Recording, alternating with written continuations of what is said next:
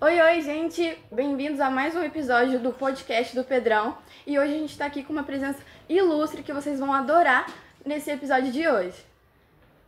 Aqui a gente está com o nosso profissional, psicólogo. Qual que é o seu nome? Cristiano, E qual que é a sua idade? 48. Ótimo! Cristiano, ele atua na área de psicologia e hoje a gente vai estar fazendo um podcast referente a esse tema. Cristiano, qual que é a sua área de atuação? E há quanto tempo o senhor trabalha como psicólogo? Hoje eu atendo clínica voltada à psicanálise e eu trabalho com psicologia há mais ou menos 6 anos. Nossa, muito tempo na área, né?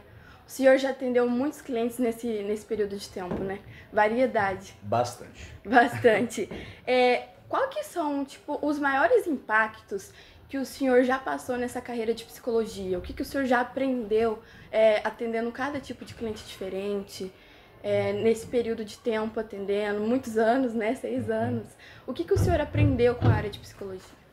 Bem, eu acho que a gente se surpreende muito com o ser humano, porque cada ser humano ele tem um jeito dele funcionar e a gente sempre acha que o nosso jeito é o certo. A gente tem por verdade aquilo que a gente acredita. Então, quando a gente começa a atender, eu te diria que a gente tem acesso a outros mundos, a outros universos. Então, eu acho que a gente tanto entende mais os outros, quanto perdoa mais e releva mais as coisas, entender a dor do outro. Então, de perto ninguém é normal, porque a gente tem a mania de querer julgar as pessoas pelo Instagram Sim. ou pelo que elas postam em redes sociais e é bem diferente, né? Quando você tem uma abertura para falar, um lugar seguro para falar, você nota que aquilo que está vivendo ali não é exatamente o que acontece. Nossa, realmente acredito que o senhor deve ter passado por muitas situações, vários tipos de pacientes. Querendo ou não, a gente aprende muito, né? Principalmente com a profissão de psicologia, que é uma profissão tão bonita. E recentemente aqui na escola a gente teve uma dinâmica referente ao bullying. E eu queria perguntar para o senhor se o senhor já atendeu muitos clientes que tiveram que passar por esse tipo de trauma, se recorrentemente querendo ou não, essa pauta, né? Que muitas das vezes a gente não dá tanta importância, mas a gente sabe que isso no final das vezes prejudica muito. Então o senhor recorrentemente atende pessoas que sofrem com bullying, pessoas que sofrem às vezes até mesmo dentro do próprio ambiente de casa, da escola. Qual que é a faixa etária de quantos pacientes por bullying o senhor consegue atender?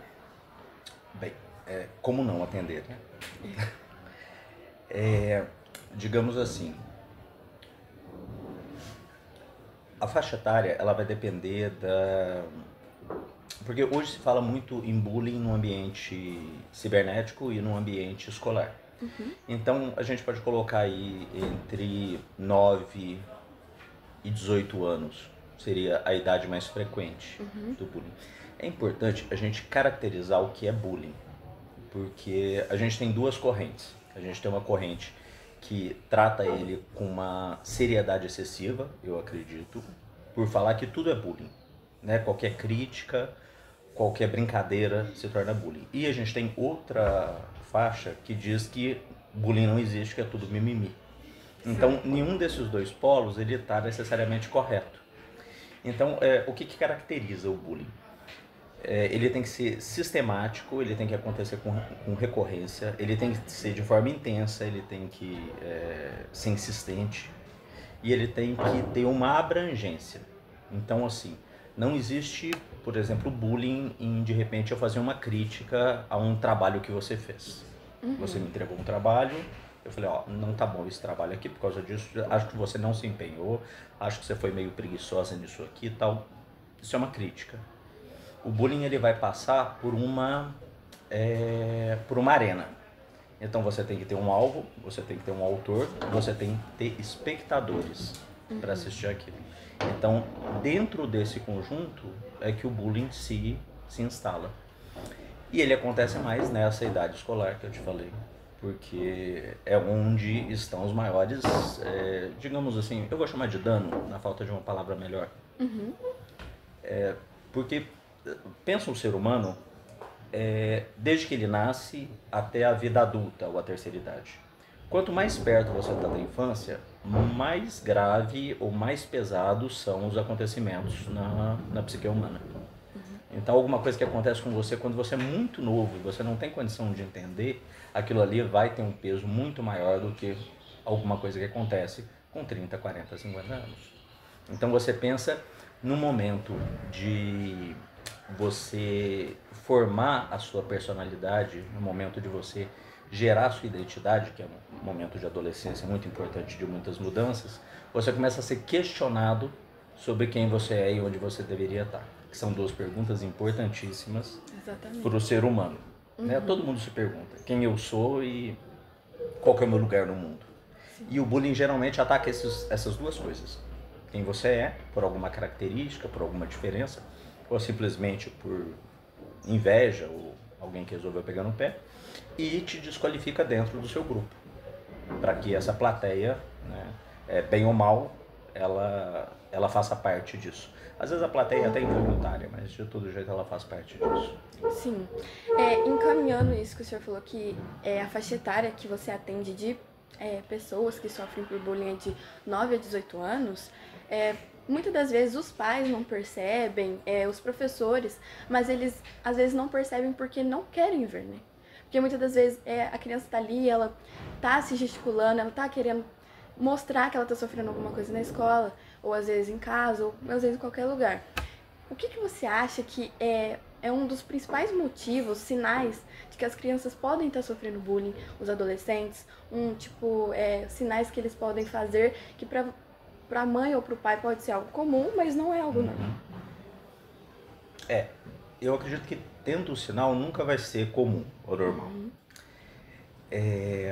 A gente pode pegar sintomas mais clássicos, queda de desempenho escolar, você vai ter problema de nota, você vai ter isolamento.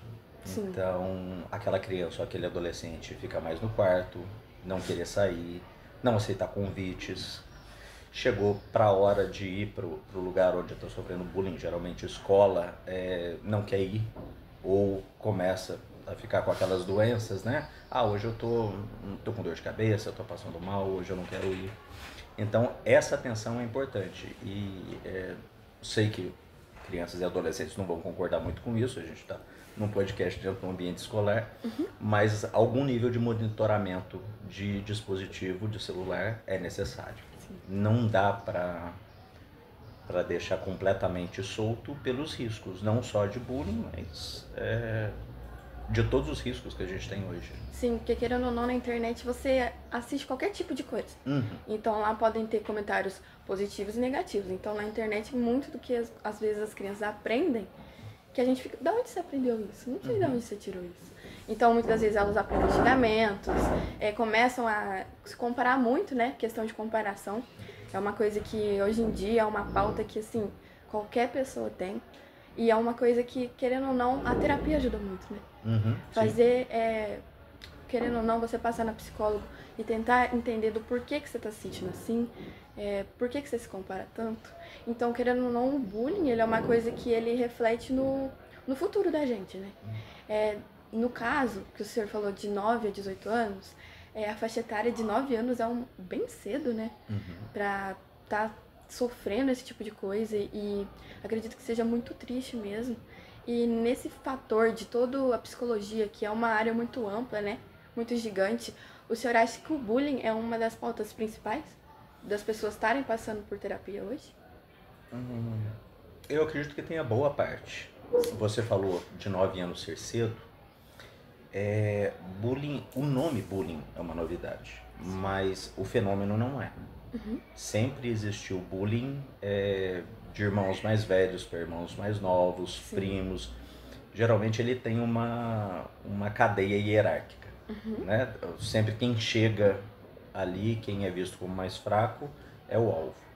O que mudou agora é que se criou uma teoria a respeito disso. Isso eu acredito muito também, sabe? Sobre filmes americanos. A gente consome muita cultura americana. Sim. E é muito comum nos filmes, todo filme adolescente americano, que tem um contexto de colégio, de high school, ele tem uma questão de bullying. E conforme a gente vem consumindo isso vem se abrasileirando também. Então, quando eu falo que começa com 9, é porque já tem alguém ali de 12, Sim. né? Que já está fazendo bullying. Você perguntou sobre os atendimentos e sobre como é que isso se desdobra. Isso. Se desdobra, cada indivíduo é de um jeito. Então a gente não tem como dizer assim, quem sofre bullying vai desenvolver tal coisa. Então a gente tem depressões, a gente tem bulimia, a gente tem anorexia, a gente tem problemas com obesidade, automutilação, ideação suicida. Mas nem todo mundo que sofre o bullying se transforma numa vítima do bullying mais tarde. Ela pode, como cada ser humano ela pode se tornar outra pessoa que vai fazer, não o bullying, porque aí já muda um pouco a estrutura, mas, por exemplo, um assédio moral no serviço. Ele pode se tornar um chefe que assedia moralmente os subalternos porque sofreu bullying. Então é uma decisão para se tomar. Eu estou sofrendo bullying, eu sou coitado ou eu vou revidar? Então, se eu resolvo revidar, eu posso passar para o outro lado. E aí, nesse caso, o agredido vira agressor.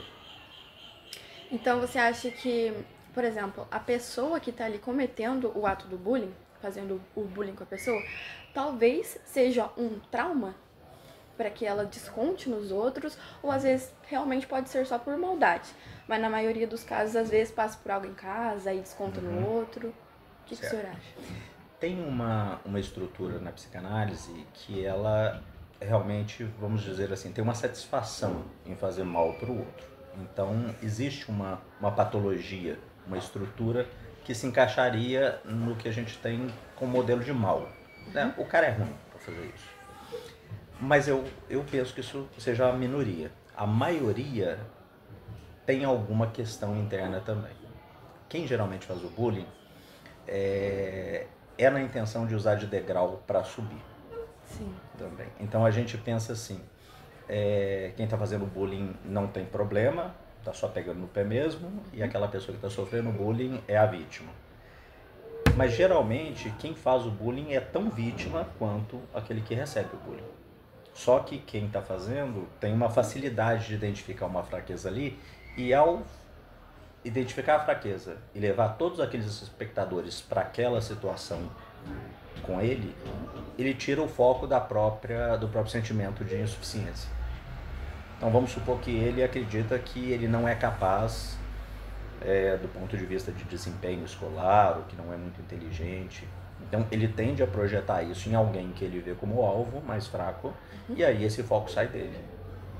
Então quando você conversa com pessoas que fazem bullying, geralmente elas usam desculpa como é só brincadeira, não, todo mundo faz isso, e ele se escamoteia da autoria disso, mas na verdade ele também está envolvido ali. Sim, na maioria das vezes, sempre que eles fazem um bullying com o outro, eles também estão sofrendo por alguma coisa. Então eles procuram a cura deles em afetar o outro, né? Pra não se sentirem sozinhos. Sim, eu acho que, não sei se é a cura, mas uma identificação de internamente pensar que não é só eles que estão nessa situação, que eles conseguem colocar outras pessoas, conseguem tirar o foco deles. Sim, realmente. E puxando mais sobre esse assunto, né, da sua área de atuação, o senhor faz muito tempo de psicologia, 6 anos. O que o senhor acha da sua faculdade no qual que o senhor fez? Qual faculdade o senhor fez? Como que o senhor acha o ensino dela? O senhor ficou satisfeito com a faculdade que o senhor se tornou psicólogo? Qual seria? Sim. Psicologia é minha segunda faculdade. Então eu tenho uma faculdade anterior de sistemas de informação. Fui analista de sistema durante muito tempo. E nas duas faculdades eu aprendi uma coisa. Tanto o sistema de informação, que é tecnologia, a tecnologia está sempre se renovando. Sim. E na psicologia, a minha linha é psicanálise. Então a psicanálise ela também não para, porque ela está em modificação constante com os movimentos sociais, culturais e qualquer evolução que se dá. Então, eu diria que ambas as faculdades foram satisfatórias. Porém, nessa segunda faculdade, eu tive a chance de estudar com pessoas mais novas, que não tinham feito a primeira faculdade ainda, e eu percebi uma coisa que é importante da gente dizer aqui, é que existe um sentimento de insuficiência com o formando, geralmente. É importante dizer isso para vocês aqui, porque vocês ainda vão para essa fase. Sim. E vocês podem ter a sensação de que não está pronto ao final da faculdade. E é verdade, realmente não está pronto.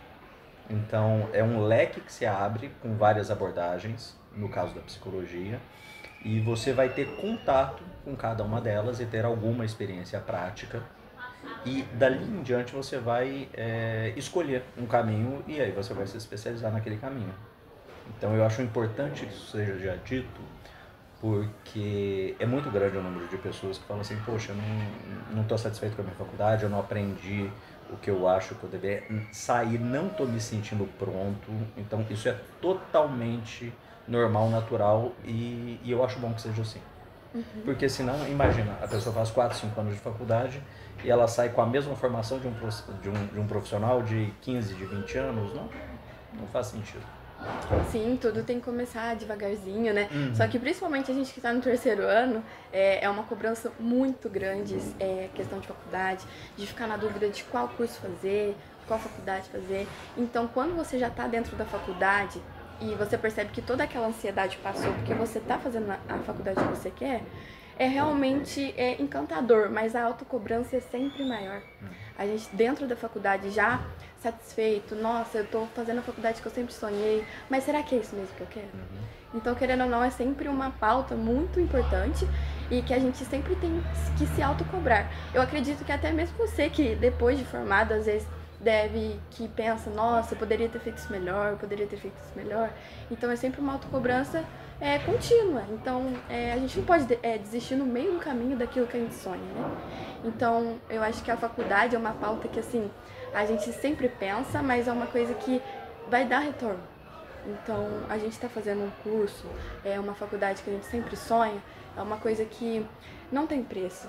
Você seguir uma faculdade que você sonha, ao invés de fazer uma faculdade que só porque ela vai te dar dinheiro. Então, querendo ou não, a autocobrança vai vir nas duas. Você querendo só o dinheiro ou você seguindo seu sonho. Mas acredito que você se sinta 1000 vezes mais realizado seguindo seu sonho, né? O sonho de você sempre foi fazer faculdade de psicologia ou da... Qual foi a faculdade que o senhor falou mesmo? Sistema de informação. Sistema de informação. A primeira eu fiz porque pensando mais em remuneração. Né? Já trabalhava com computador antes da faculdade, já era programador, já era autodidata, então eu aprendi sozinho. Mas faltava a faculdade ainda e eu resolvi fazê-la, mas eu já estava na área. Sim. Uma coisa que você disse que é importante é da pressão do terceiro ano de você já entrar numa faculdade. Eu acho que é um erro dos pais, talvez, de cobrar que não se perca um ano, né, do terceiro para a faculdade, mas eu acho que a gente poderia pensar isso de uma forma que talvez não seja uma perda.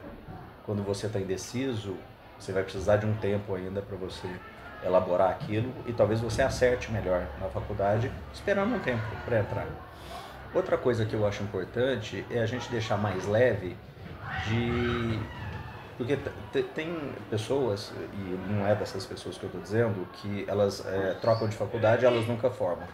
Sempre quando começa a chegar perto da formatura, elas trocam. Sim. Mas isso é outra coisa. Isso é um medo de se formar, de entrar para o mercado, isso é outra coisa. Mas eu acredito que você entrando na faculdade, você tendo acesso àquilo ali, e você não gostando, você pode dizer assim, não era nada disso que eu pensei que fosse. Eu tinha uma ideia e não é isso. Eu acho que não precisa ter pudor em trocar. Eu falar assim, não quero. Porque muita gente acha que vai desistir. Né? E não é desistir. Conheci, não gostei, eu vou para outra, vou ser mais feliz em outro lugar. Então foi assim que aconteceu comigo.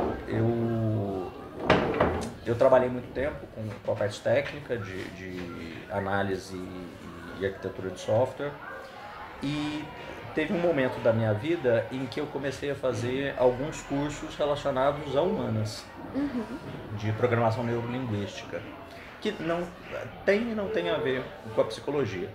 Mas com isso eu consegui ter muito acesso a processos de mudança de pensamento, de melhoria do ser humano, e isso foi me chamando a atenção.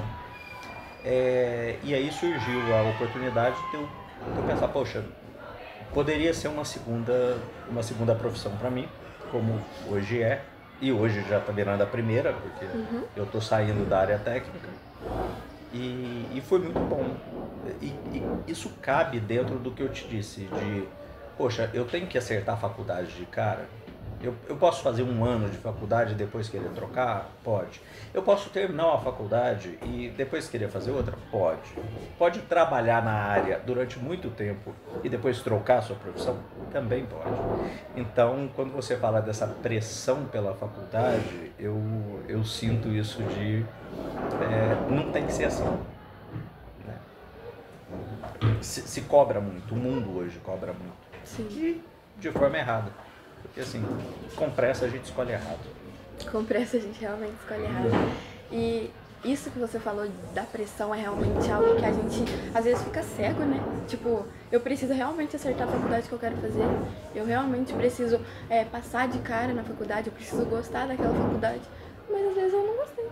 Então tudo bem trocar, tudo bem a gente se movimentar, né? Porque muitas das vezes a gente acha que é um problema a gente se movimentar, mas se movimentar é necessário, né? Sim. Muito bem, muito importante a movimentação. Porque às vezes você fica tão preso em algo que às vezes não é pra você, né? E a faculdade que você fez foi qual? O curso, né, no caso?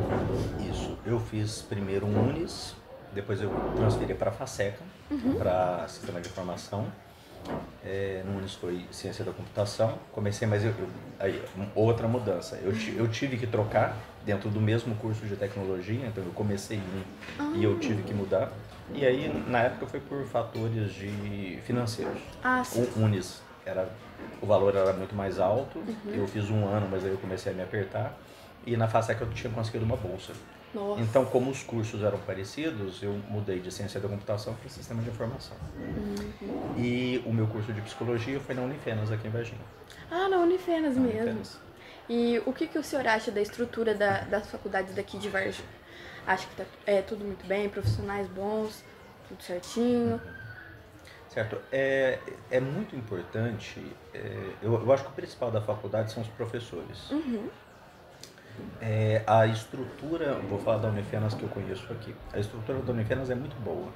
Inclusive teve a última avaliação do MEC que eu tenho notícia, foi nota 5 no MEC, né? Foi nota máxima. E a qualidade dos professores ela é muito, muito boa, porque você tem que escolher uma abordagem durante a sua graduação. Não tem que manter ela depois, como eu disse, mas geralmente tem uma abordagem que te chama mais. No meu caso foi psicanálise.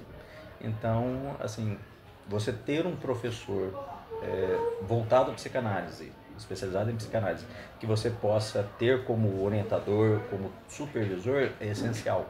Porque é com aquele professor ali que você vai ter as suas trocas. Sim. Realmente a faculdade está sendo bem, vamos dizer assim, ela está sendo muito relevante. Aqui, pelo menos, na nossa escola, eu tenho algumas colegas que fazem curso na Unifenas, de preparatório para o Enem. E é uma boa ajuda, né? Para que a gente não fique tão ansioso assim para o Enem, para a vida lá fora da escola. Então, querendo ou não, a Unifenas ajudando com esse benefício de curso é algo bem interessante, algo bem importante. E querendo ou não, ajuda, né? Trazendo mais para sua área, que é psicanálise, como que funciona essa área? Trabalha mais o que a psicanálise? Certo. A psicanálise ela nasce com Freud e ela tem como base o inconsciente. Então a gente tem 3 quebras de ferida narcísica na história. A gente tem, durante muito tempo a gente achou que a Terra girava em torno do Sol, né? Ela gira em torno do Sol, mas a gente achou que o Sol girava em torno da Terra. Sim. Né? Copérnico quebrou isso. Nós temos Darwin, que disse, ó, nós não somos essa maravilha toda. A gente pode ser que a gente seja uma evolução de outro animal e a gente está aqui, a gente não é especial como a gente achou que era. A gente só está evoluindo. E Freud vem dizer que nós não somos senhores dentro da nossa própria casa. Porque ele coloca as nossas decisões e os nossos mecanismos, tanto de comportamento quanto de desejo, no nosso inconsciente. Ou seja, ele diz que nós não temos consciência de por que nós fazemos o que nós fazemos.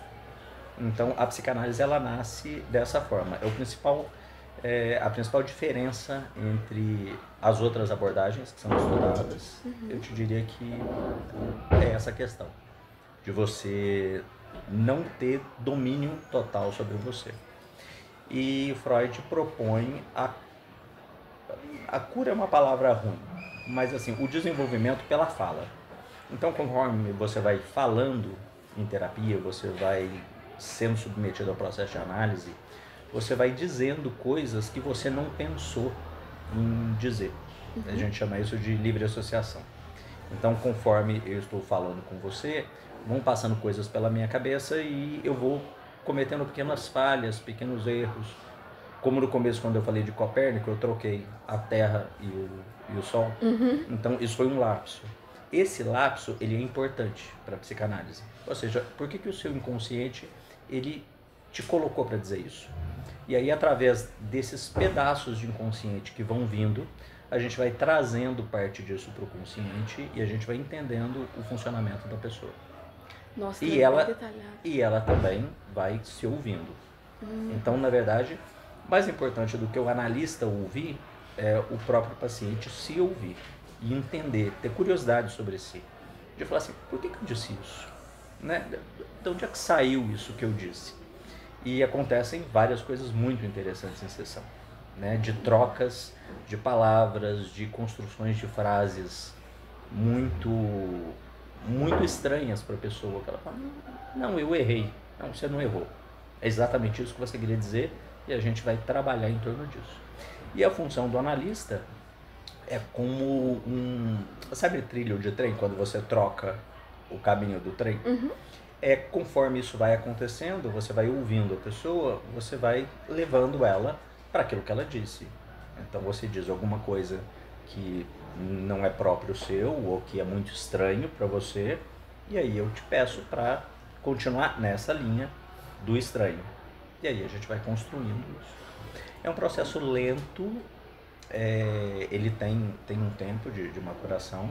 A pessoa geralmente não chega sabendo fazer análise, ela aprende também a fazer a própria análise, mas é muito bom. É uma área que requer bastante, imagino que bastante estúdio e bastante atenção, né? Cada pontinho, assim, bem necessário para tentar entender do porquê que você está pensando isso. E a escuta é bem diferente. Às vezes tem amigos conhecidos que perguntam, mas você está me analisando? Mas não dá para fazer isso assim. Deve pensar o tempo todo. A escuta é diferente, né? Não é uma escuta da história, é uma escuta do seu fluxo, de coisas estranhas, de pequenos pontos, de pensar em falar uma coisa, a boca se mexer para falar uma coisa e falar outra, uma troca de palavra pequena. Então é muito minucioso a escuta da análise. Você acha que pela sua profissão ser psicologia, e eu acho que você consegue, como que eu posso dizer, perceber muito o jeito das pessoas, eu não sei, posso estar errada, você acha que pode misturar muito do profissional pro pessoal? Por exemplo, você pode estar falando com uma pessoa e tá pensando, nossa, acho que ela tá passando por isso, sim, eu acho que ela pode ter isso. Ou você acha que é bem diferente assim, tais áreas? Na psicanálise a gente costuma dizer que a gente não sabe até que a pessoa diga. Então, não ter opinião é impossível. Então, sempre vai aparecer uma opinião, sendo psicólogo ou não sendo psicólogo. Mas eu te diria que para psicanálise a gente evita. Sabe, de te olhar e falar assim, eu acho que eu sei o que a gente evita. Eu prefiro esperar falar. Às vezes tem até uma hipótese, né? Depois de algum tempo de escuta, a gente cria algumas hipóteses. Mas até você falar, aquilo ali não porque é de dentro para fora. Ninguém entende mais sobre si do que a própria pessoa. Ah, sim, então é bem... Tem que haver um... Eu diria que dentro da psicologia, isso é até para os profissionais que conseguem se colocar nessa posição, isso é até bonito. Porque eu respeito a você. É eu te dizendo, eu não consigo te conhecer melhor que você. Eu consigo, enquanto você fala, te ajudar a se ouvir. Mas eu não vou saber mais de você do que você. Nossa, realmente é uma área que, tipo assim, a gente se surpreende de qualquer maneira. Porque a gente, na maioria das vezes, isso é bem genérico, de que, você é psicólogo, você consegue sentir do que eu tô pensando, você sabe o que eu tô pensando, o que eu tô passando. Só que, na verdade, é bem diferente disso, né? Você pode suspeitar, assim, sim, mas a certeza a gente nunca vai ter se não te ouvir, né? Então, é uma área que, assim, psicologia é uma área fora de base de comunicação, é uma área muito especial, assim, né? Tá sempre ajudando as pessoas a criarem amor pela vida. E uma coisa que eu queria falar é que eu errei na questão do cursinho da Unifal, viu, gente? Eu errei, é um preparatório para a Unifal. E outra coisa o senhor acha que é uma pauta bem importante ter terapia nas escolas? Você perguntou anteriormente sobre as matérias e a estrutura das universidades. Na universidade você tem várias matérias e muitas delas muita gente não vai seguir. Nós temos psicologia hospitalar, psicologia do esporte e a gente tem psicologia escolar também. Então é uma matéria que a gente tem e é importante dentro das escolas ter um professor, ter um psicólogo, né, junto com os professores para estar orientando. Não te diria terapia, mas durante algum tempo, aqui mesmo no Pedro de Alcântara, eu fiz plantão psicológico. É um trabalho interessante, porque ele não visa a terapia, mas ele visa atender casos pontuais de eventos que acontecem. Né? De repente, um momento difícil que o aluno está passando, ou alguma coisa que aconteceu no âmbito da escola. Então, a gente faz um atendimento pontual, só para a gente controlar aquela situação, né? Mas não é uma continuidade. Não acredito que a terapia dentro da escola seja útil, não. Mas um profissional para estar dando apoio à orientação aos professores e algum caso esporádico que aconteça, no caso de um plantão psicológico, é importante sim. É importante, né? Muitas vezes tem um profissional ali para ouvir um aluno, que às vezes esteja passando por alguma coisa, mas tem coragem para falar pro professor e talvez tem coragem para falar pro profissional, né? Porque é especializado na área e às vezes sinta mais confiança, né, em questão a isso. E tem uma questão ética de sigilo também. Sim. Né? No caso do professor, às vezes você tem até abertura com algum professor ou outro, mas na questão da psicologia você tem, assim como na advocacia, você tem a garantia do sigilo. Então, isso daí te dá abertura para você poder dizer virtualmente qualquer coisa. Né? Não vai ter ninguém para te julgar, ou para contar, ou para fazer um relatório, ou para falar com a direção, para falar com seus pais. Sim. Então, só você e o profissional ali. Ele vai te ouvir e você vai escutar o que ele tem para te dizer também. Esse ambiente seguro ele é muito bom para... Sim, a confiança é muito maior do que às vezes se falar para um professor e ficar com medo, vai falar para meus pais. E ali o psicólogo tá ali para te ouvir. Sim. Te aconselhar e te escutar. Então é uma pauta que realmente muitas das pessoas falam, às vezes psicologia não é necessário, eu não tô louco, eu não preciso. Mas a verdade é que todos nós precisamos de psicologia. Todo mundo merece ser ouvido, escutado e aconselhado. Então acredito que a psicologia é um caminho para todo mundo e que todo mundo precise passar. Tem psicologia pelo SUS, né? Assim como também tem os particulares. O importante é que você tenha a sua saúde mental em dia, né? Então, a psicologia é algo que influencia a gente a cada dia mais se sentir feliz consigo mesmo. Então, é uma profissão muito bonita, é um esforço que você passa no período da faculdade, que no final vale a pena para você saber que você vai salvar outras vidas, né? Então, é muito importante. O senhor é um profissional maravilhoso, só de ter tido essa conversa aqui com você. Seus pacientes devem... Nossa, acredito que deve ter muito carinho pelo senhor, porque querendo ou não, a gente cria um carinho pelo profissional que a gente passa.